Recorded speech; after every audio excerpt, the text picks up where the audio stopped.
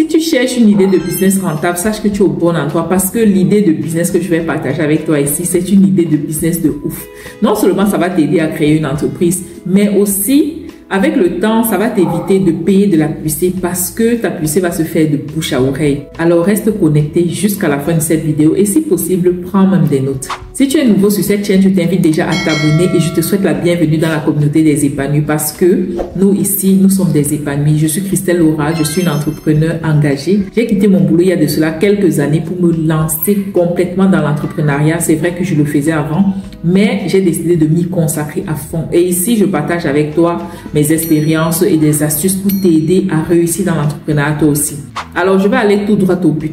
Je vais partager avec toi ici une idée de business qui va t'aider à créer une entreprise de renommée. L'idée que je vais partager avec toi ici, c'est une idée toute simple. Il s'agit de quoi? Il s'agit de te positionner comme celui-là qui rénove les habitations des gens. Tu n'as pas besoin de compétences pour cela. Tout ce dont tu as besoin, c'est une certaine organisation et un petit réseau de contacts. Tu vois, tu as besoin de chercher le contact des professionnels dans le domaine. Parce que même si tu es professionnel, tu ne peux pas satisfaire à tous les besoins.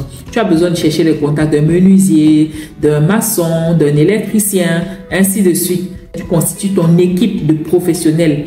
Et là, tu cherches le besoin maintenant. Tu crées le besoin plutôt en ces personnes-là. Comment est-ce que tu vas créer le besoin? Quand tu as constitué ton équipe, alors qu'est-ce que tu dois faire? La prochaine étape, c'est quoi? C'est de susciter le besoin de tes clients. Pour susciter le besoin de tes clients, tu as juste besoin de leur présenter des réalisations que tu as déjà faites. Tu peux commencer déjà par ta propre maison ou par la maison d'un oncle ou d'une tante. Tu essaies de faire quelques petites réparations parce que les gens ont toujours envie de changer. En général, les gens ne sont pas toujours satisfaits de ce qu'ils ont. Quand tu as une cuillère aujourd'hui, tu as besoin de l'autre cuillère demain. Tu as ceci aujourd'hui, tu as besoin de telle ou autre chose demain. Les gens sont toujours en train de refaire des choses dans leur maison. Même les rideaux, tu peux te positionner pour ça. Ils ont besoin de changer l'espace où la télé se positionne. Ils ont besoin de changer la couleur du canapé. Ils ont besoin toujours de faire des petites réflexions. En plus de ça, il y a des pannes qui surviennent souvent dans les maisons des gens. Donc, tu peux te positionner pour réparer ces pannes-là. Tu n'as pas besoin de construire les maisons. Vraiment, il faut que tu choisisses ta niche et que tu te dises que je suis le spécialiste des rénovations. Tu vois, lorsque quelqu'un a un besoin de rénover, un besoin de réparer quelque chose dans sa maison, qu'il pense à toi. Qu'il ne pense pas à toi en termes de construction, mais qu'il pense à toi en termes de rénovation. Et là, tu dois être aussi créatif ou tu dois tout simplement recruter quelqu'un qui va t'apporter des idées créatives. C'est-à-dire proposer même des designs à tes clients. Tu dois susciter ça en eux parce que parfois des gens sont là, ils n'ont pas vraiment ce besoin-là, mais le fait de voir quelque chose qui est beau, ils ont envie de refaire la même chose chez eux. Donc, ce que tu dois faire, c'est de te créer ce portfolio-là où tu dois présenter ton travail, tu présentes ce que tu fais de beau. Et là, tu vas susciter ce besoin.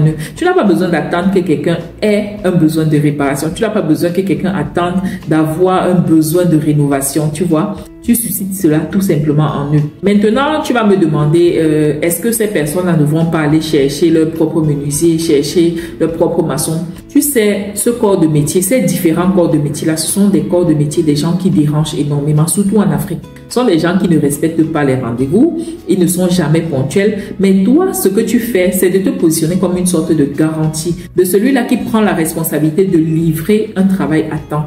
Tu vois, et les gens aiment ça. Aujourd'hui, les gens n'ont plus trop le temps. Les gens n'ont plus trop le temps de gérer telle ou telle chose, de gérer telle. Donc toi, si tu te positionnes comme étant ce responsable-là qui va gérer tout ça pour eux, ça sera 1000 fois mieux pour eux.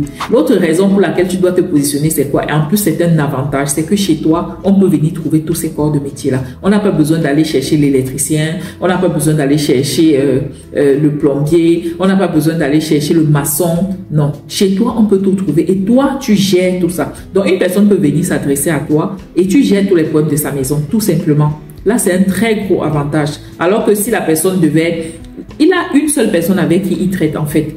Alors que si la personne devait aller chercher son électricien, aller chercher son maçon, il fallait qu'il traite avec toutes ces personnes-là. Toi, tu viens étant comme ce responsable-là qui va prendre la main et qui va gérer tout et rendre juste compte. Tout ce que tu as fait, c'est quoi? C'est d'avoir un contrat avec chacun des professionnels et puis tu mets ta commission au-dessus et tu factures le client tout simplement. Et après, quand les clients sont satisfaits, ils vont t'aider à faire la publicité.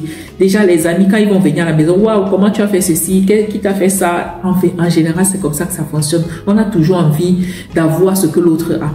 Et lorsqu'ils vont voir, il va dire non, bon, c'est tel qui qui m'a permis. En général, nous sommes tous comme ça. On a toujours besoin d'avoir ce qui est plus beau, ce qui est meilleur. Et lorsqu'on va chez un ami, chez un frère, on voit quelque chose qui est beau, on se demande, on pose toujours la question, on est toujours curieux. Qui t'a fait ça? Tu as fait ton meuble chez qui? Qui t'a réparé telle chose que tu avais chez toi? Voilà, tu vois. Et lorsque on pose la question, tout ce que la personne a fait, c'est de donner ton contact. Et quand tu as donné le contact, c'est un client de plus que tu as. Donc, si tu as aimé cette vidéo, je te prie de liker, de partager aussi avec les personnes que tu crois que ça peut aider. Et je t'invite à me laisser un commentaire et me dire ce que tu en penses. Ciao!